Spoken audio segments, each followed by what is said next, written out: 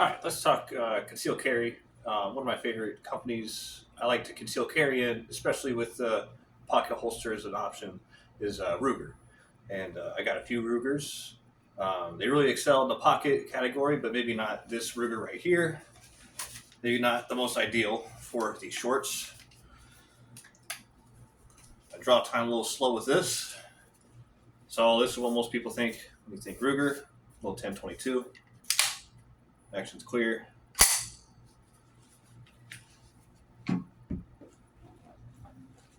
you could get away with it, why not?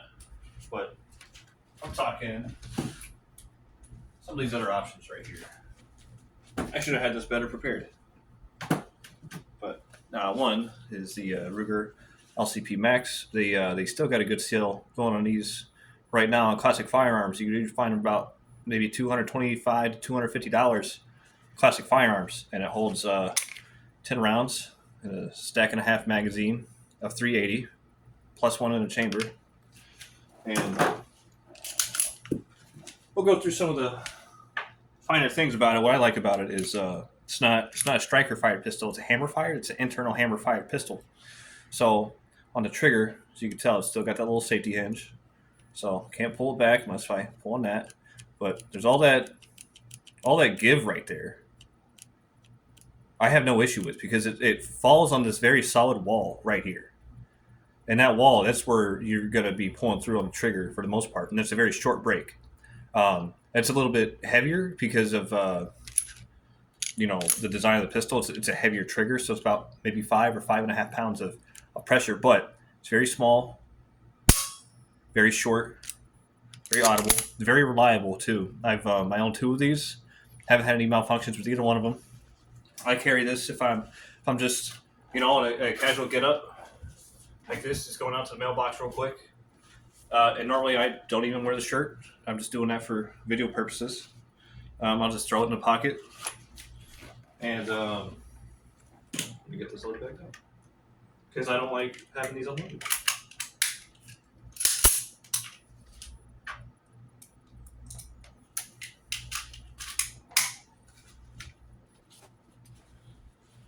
Goes right in the pocket. It's there. Can't really see it. And I've actually got some shorts recommendations. Yeah, I'm not only recommending guns. I'm recommending clothing too. So some of my fellas out there like the and ones. And one's nice. They're very long, very kind of baggy shorts. A lot of them come in these camo patterns. Okay. This is probably my favorite pair right here. A little bit on the lighter side. I don't like lighter materials because whatever's in your pocket, the lighter the material is going to flap around a bit more. So I'd say the ones I got in my hands right here, the ones I'm currently wearing, are all just a little bit heavier in terms of weight compared to these ones. But these still do a fantastic job when I'm just out and about. Because even when you're pocket carrying, for me anyways, what I'll do, like I'll just walk around, my hands in my pocket. So if I got anything in my pocket, like I can control if it's gonna, move around or not. Obviously, if you move around a whole lot, it's just gonna keep flapping around. So if you keep a hold on to it, and you can stay casual with it. You can always keep one hand on the gun while you pocket carry, and it's just casual. You're always right there, ready to go if you need to. So, and that's what I like, and it comes out just like that. So, and then a couple of these other options I've got right here. They are heavier options, so maybe not the most ideal for basketball shorts, but regular pants pockets, jeans, cargo pants, cargo shorts, whatever. I don't normally pocket this, my basketball shorts, but it's not too bad. I mean, the handle's kind of sticking out a little bit, but the advantage you would have over like a slightly bulkier revolver over, say, your semi-automatic pistol is that you could keep your finger on the trigger with the revolver inside of your shorts. And you could be casual with it. So my finger is on the trigger on my revolver right now, just in a trigger guard. I'm not actually putting any pressure on it. But if I I can still kind of walk around like this. It's not as, my hands is kind of out a little bit more, so it's not as casual as the other smaller platform. But if you had bigger pockets like jeans or cargo pants, you could You could obviously you could draw and shoot while never ever unholstering the gun, as long as your target's within range where you're confident enough to do that. Um, it might not happen. It might happen. So it's just nice to have that extra option, because you try to do this with semi-automatic, you'll get one shot off, and then you got to take it out, clear the jam, and be back on target. The revolver, you don't have to worry about that, because you just keep shooting everything that's in the cylinder, whether it's a 5-shot. This is the Ruger LCR 357. I've carried 38 in it because I don't have man hands, unfortunately. Can't handle those 357s out of a 2-inch barrel. It's just not enough. It's just too much. Or what I actually prefer more over the 357 LCR with 38s is actually the 327 LCR with 32s, rocking some 32. Oh shoot, this is actually Federal mag. I forgot. I got 6 rounds of 327 Federal mag, which actually I felt like had less recoil than 38s, which is nice. But normally, what I was keeping was 32 Smith & Wesson wad cutters in this, because it's like shooting a BB gun with the amount of minimum recoil, and you also get the added bonus of 6 shots as opposed to 5. Because if you shoot up all your cartridges in a revolver, you're not going to speed load the next 6. Like, you're most likely going to be a 6 and done. You want to carry some backup rounds on you. I mean, I'd always recommend you do that, but you're not going to be speed loading, like this is the Wild West. You're not going to be like taking your time, taking them out and putting them in. Nobody has time for that. You're going to have you most likely in any event, you're going to have your 6 and you're done. So hopefully the odds are in your favor, and the average gunfight takes 3 shots, and your 6 is sufficient. If it's not, though, carry some backup rounds.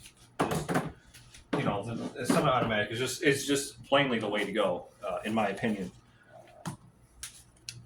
for many reasons. But I mean, the main thing is, like, even if you have a malfunction with a magazine, that's why you always carry a backup mag. I like to say that magazines, one of the cheapest parts of the gun, is manufactured, so it's most likely going to have the most problems. Long-term, short-term, or random instances, it's most likely going to give you the most issues as a magazine, whether it's worn out spring or something's just not working in it. The one type of ammunition doesn't work in it better than the other one. So just always carry a backup mag. Always test whatever ammunition you're going to use in your carry gun. Always test it at the range. Don't just do ball ammo. Use your carry ammo as well. Switch it out. Every 6 months to a year. I know I'm coming up on mine with my 9 mils. I got to switch that out. Unless if you never ever carry it and you just keep it in like a safe or something with self-defense rounds in it, should be fine theoretically for a lot longer than a year. But yeah, that's pocket carry. The camo pattern, like I said, like it breaks up the shape a little bit, so you can carry some extra stuff in there. I think I got this is the 12 round mag that actually comes with the LCP Max. I got these GMWs. Buy those on Amazon for like $20 for a pack of 2. Then you clip these anywhere. You clip them on the inside of your belt anywhere. So then you got a little backup mag right here. Although it's kind of used up from my 40 mag, so this little thing is really sitting in there. So I got it positioned now. Ideally, if you got one of these little magazine things, use the same magazine for it, or a similar size magazine for it. I've got this big bulky Glock, was it 23 mag with a sleeve on it for my Glock 27. This is a very huge difference from this guy. It accommodates the space of the thing, so of the shape inside. So if you're trying to go from a really big mag to a small mag, it's just going to sit in a hole. Now, luckily, it's magnetic, so it's not going to slip out or anything. It's going to be a little harder to reach.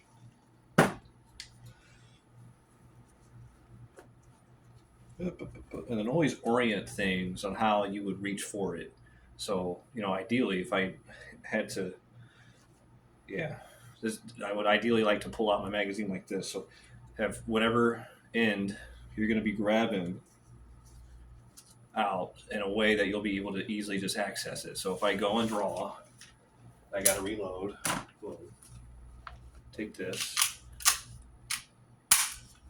You're good to go. And then like I said, that extra magazine has a little 2 extra rounds. So this is 12+1 right now. And even in the pocket, I normally carry it with the flush fit mag. It's no issue with this because look at the profile. It just comes out just a little bit more than what the actual pocket holster does. Not a bad thing to get a little bit of extra grip on your gun. Now this thing is snappy. It is very snappy for me, anyways. Some people enjoy it. A lot of people don't. This is not for me. This is not one I just go to the range and shoot 50 rounds with. I'm about 15 to 25, just see where I'm at. And usually I'm still 30 feet to 50 feet. I'm still sufficient and using this no problem. But after that, it kind of beats up my hand a little bit.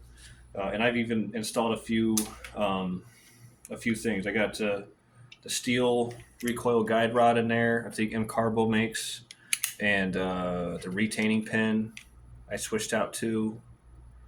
There's only 2 upgrades I did to this that didn't affect fit or form or function at all. It still works like it should. I've had probably a couple hundred rounds through this by now. Maybe cleaned it a few times. Doesn't need cleaned recently. The only thing I had to do with this was I had to drift the rear sight over just a little bit. I don't know if you tell. But when I first got it, there it is. The sight was just drifted a little bit off to the side, and I just got it back over. Fortunately, that came at a cost of ruining some of that finish on the side here. I don't know if you can see that. Probably not. But I mean, I'm not worried about it. These things are they're meant to be used. They're meant to be roughed up a little bit. It's not this ain't winning no trophies in terms of looks, but it works. It's amazing. If you got really small hands, it's a great option. It really is. I still like it more than a Shield 2.0. That's just me. It's half the price too, so you can't beat that. Yeah, so those are my Rugers. The 380, the 38, and the 327. There's only 3 Rugers I own besides that 1022. And in terms of pocket carry, you got to go super light with pocket carry.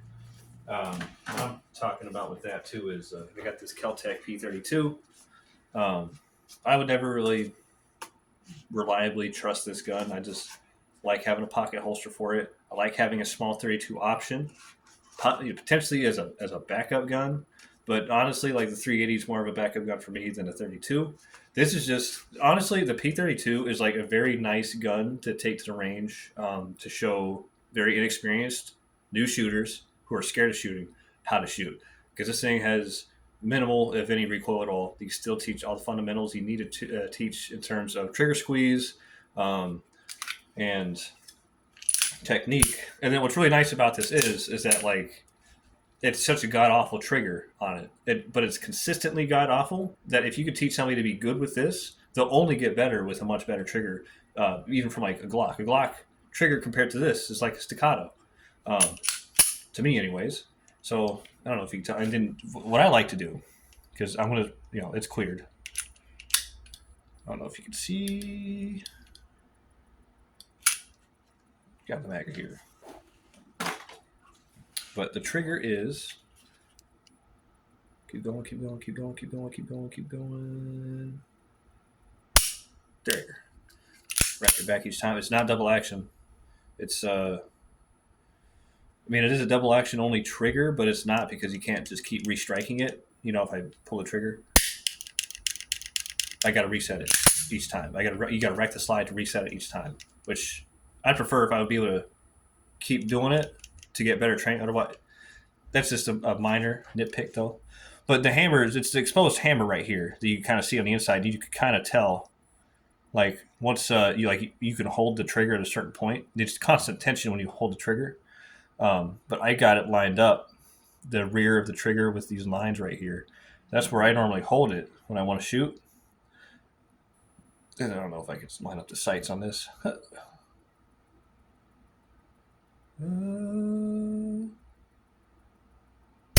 But yeah, once I get it lined up on the back here, it's just a little bit more to go, so that I can hold it there as long as I need to.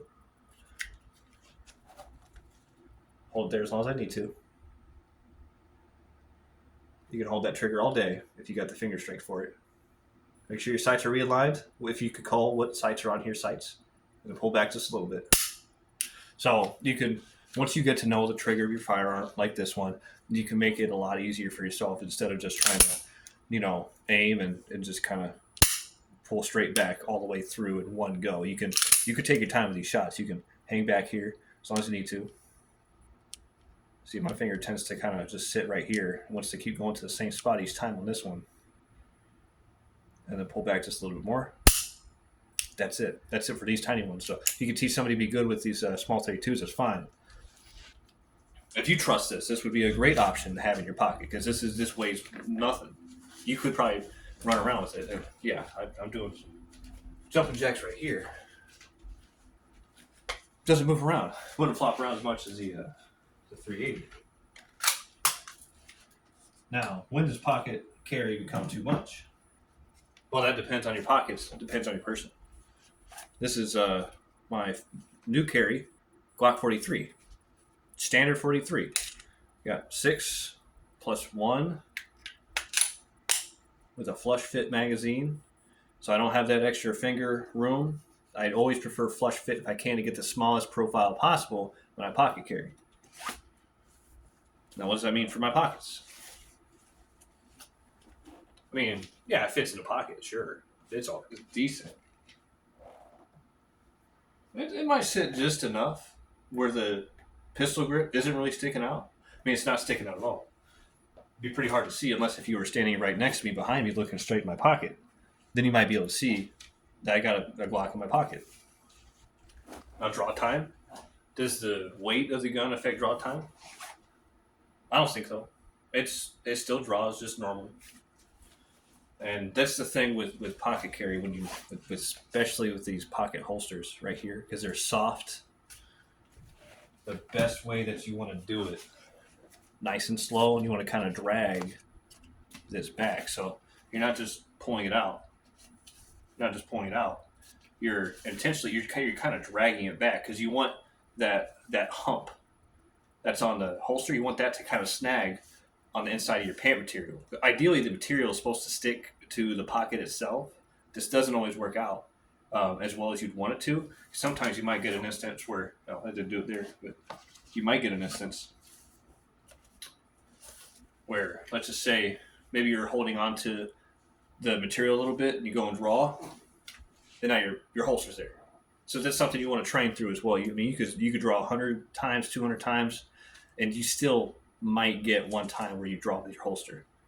And to eliminate that, whenever you're training, when you draw, train through those failures. Always train through those failures. Don't just you go to draw and you pull your holster out and then you stop. Train through it. So if you go to draw, your holster's out, get it off, and go right to it. You just train through the failures because you're not just going to get into a moment where you draw in a real life scenario and you fuck it up and you're like, oh, let me start over. No, you got to work through it. So even through the failures, just train through it and do the best you can because nothing's going to be perfect, especially in a fight or flight scenario. Nothing's going to be perfect. You need to try as best as you can. But what I'm talking about with pocket holsters that you can actually, I don't know if you can see, but the whole hump of the holster right here is already snagged on. So when you draw, that's all you got to do. Nice and slow. You want to take it nice and slow and steady when you're doing these pocket draws because you want it to be natural. You don't want to act all erratic and spastic when you go do it because even if I was to try to do it as fast as I can, it's fast, but it could have not gone as smooth. You want to be nice, slow, and smooth.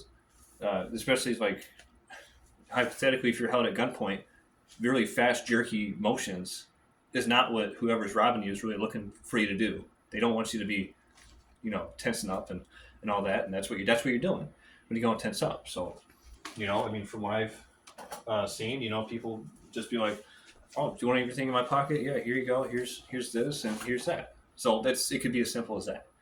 Are they going to see it coming or just act a little? Oh, let me see what I got going on here. Pull it out. That's all you got to do. Just pull it out.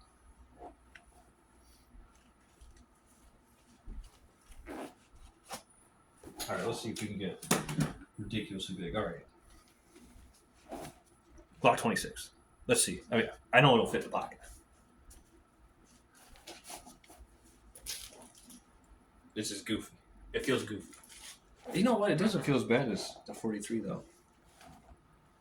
But it's still. It's about the same. About the same as the 43. But even with that, just take it out.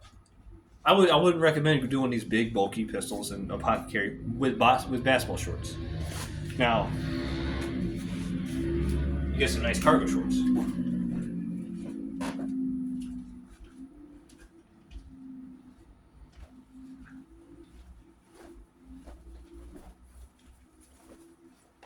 Oh yeah, yeah. You bust out these cargo shorts.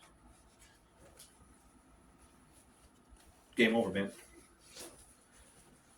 These, look at that. Look at that. Look at how deep these pockets are. If somebody told you to run these pockets, you'd be running a marathon. Matter of fact,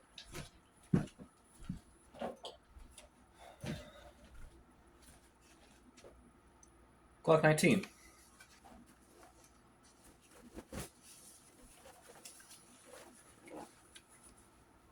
Look at that. You see it? I don't see it. And they make pocket holsters for the Glock 19. Now I would advise you pocket holster a Glock 19 because that profile is going to be crazy when it prints. But you could, you got options. If you get, this is why I love LA police gear. Their cargo shorts. I'm not sure which ones these are. They are indeed khaki, but they're LA police gear cargo shorts and their battle rattle pants are phenomenal when it comes to pocket carry. Now, pocket carry outside of basketball shorts, like yes, it's nice to just leisurely pocket carry inside of basketball shorts or sweatpants even. Like all these options I've shown you, a lot of them fit in sweatpants too. Now the downside with sweatpants is a lot of times like it's hard to find camo sweatpants that fit everything you want it to fit. You don't want your pants to be too loose because it's more weight kind of dragging at the waistband. Most sweatpants I know don't have belts, which is unfortunate. But I guess if you got those Arrowhead tactical pants, I was always meaning to get a pair. I just never did. But when so I pocket carry for a multitude of reasons. And one, I mean, I know there are plenty of cons to pocket carry. There just are. I'm not going to beat around the bush and be like pocket carry is the ultimate way to go. It's just not. There's more ideal ways to pocket carry, but depending on your dress style, it can be a great way to carry. Is to pocket carry. You want to dress leisurely, sweatpants, shorts, cool. Pocket carry is a pretty good way to go. Now, if you can work in a belt or something, like if you want to do the in the waistband, that's pretty cool too. I mean, a huge advantage I'd say pocket carry has over most any other carry styles. You can already be on the gun, ready to go at any moment, and be casual about it. With I know. So these actually double as in the waistband holsters. I would never carry it in the waistband like that, even just for a short amount of time. But you could just easily kind of put it in like that. And I still kind of print just a little bit. Maybe not too much. I mean, yeah, if I do that. But I mean, that even with in a waistband carry, like there's going to be some draw time to take into consideration just with anything else, any other carry style. It's going to be draw time to take consideration of. Now, a lot of people will like when they go draw, make a big show of putting their shirt up and then drawing. And we don't want to do that. We don't want to advertise how much of a gun we have.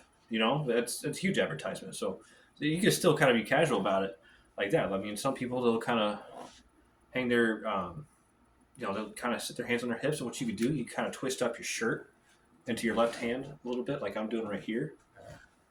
Just kind of be casual. And then some kind of goes off. My thumb is already underneath my shirt, so I can just easily do like that. And I'm already I'm ready to go.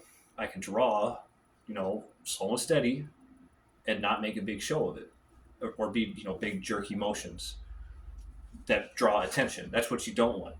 I mean, the ideal concealed carry is that you are concealing it. So ideally, if you had to draw it, you still want to be hiding that profile as much as you can. In my mind, anyways, you draw however you want. You know, you can practice that even with your and the waistband holsters. Matter of fact, let me get a good one.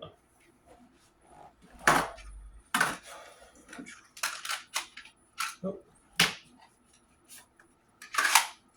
All right. So I've actually found this one company on Amazon called Polecraft.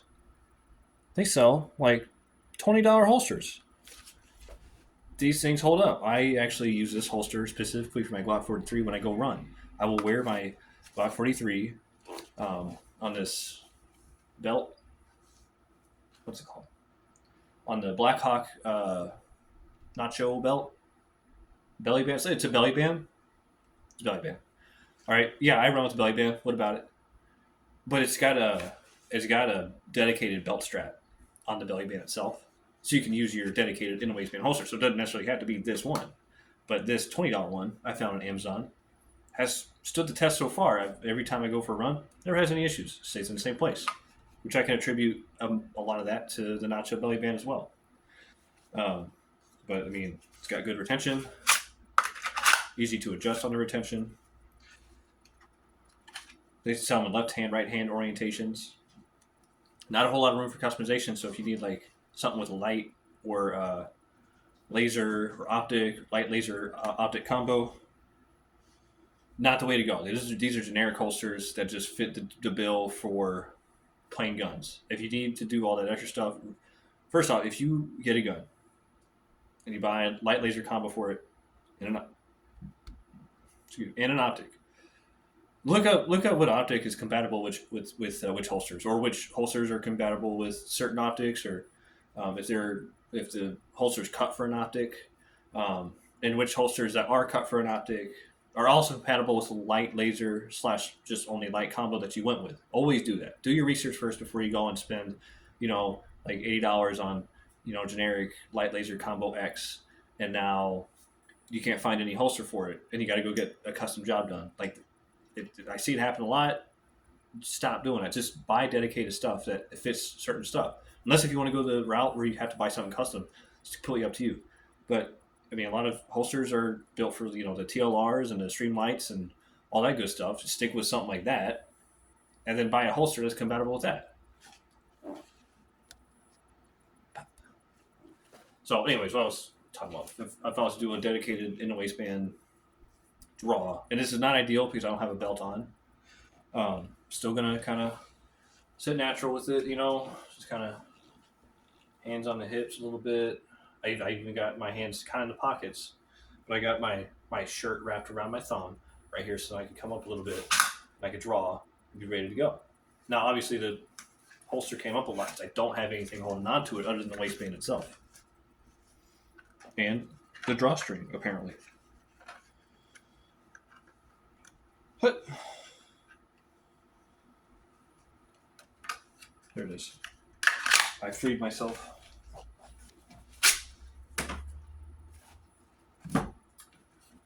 So I guess I don't know what the whole point of the video was. I know it started out as a joke with the trying to conceal carry a 1022 and a t-shirt and shorts, which I think I did pretty well at.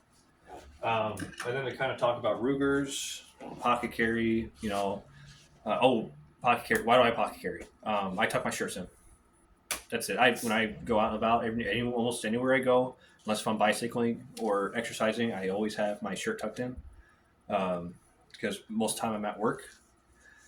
And if I'm at work, I like to stay professional and tuck my shirt in. Just kind of completes my look for what I'm going for.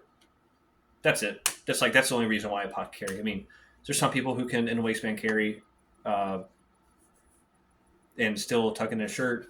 I can't. I hella print, so I don't even try. I just pocket carry Glock 43, and I even got my normal setup. Okay, this is my normal everyday carry setup. At Glock 43, sticky holster, pocket holster, with this double sticky holster, mag holster, 8 rounds, 6 rounds, pinky extension, obviously extension on this. This is what I carry. So this is what I got on my person almost at all times when I leave the house. And if I'm just heading out real quick to the mailbox or something, LCP Max with just the round with just a magazine inside. In and out. You know, I got something on me. Something's better than nothing.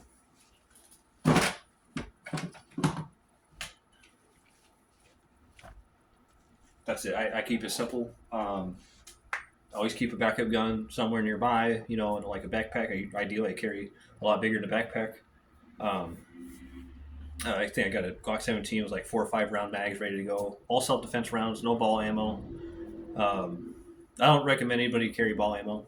If you think you got to carry around ball ammo because you can't afford regular ammo or like regular self-defense rounds, like it's you're just doing yourself a disservice. Like you need something to stop from over penetration, even if it wasn't for the sake of like innocent bystanders in the background. When it comes to over penetration of ball rounds, when they go through people, a lot of parts of ballistics in terms of like damage done to your target, it happens upon the trajectory. What am I saying? The projectile needs to stop within that person. If it goes through, the energy transfer isn't great. Like it's not much. Those through and throughs, like yeah, they're hurt, but that energy transfer wasn't as bad as it could have been. As if you had something that expanded and stopped the bullet from going all the way through the target. If it doesn't do that, then it's a suboptimal, shot you're taking, which means that if it's not going to get the job done, then you potentially have to take more shots. And we're already shooting at someone once. If you manage to hit them once, it's going to be that much more difficult to kind of hit them again, whether you're sure or not if they are neutralized. I don't know. It leaves a lot of room for error, those ball ammo. And then on top of that, there's also the innocent bystanders in the background. Innocent kid nearby.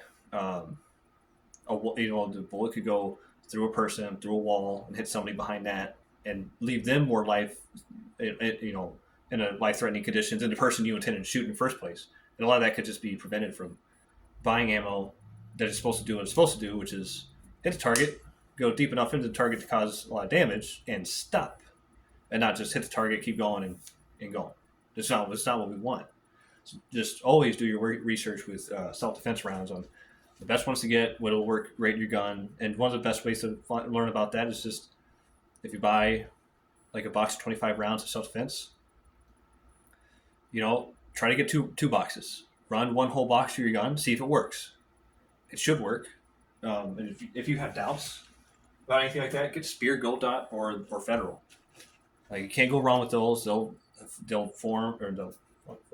function in any firearm. You'll be set.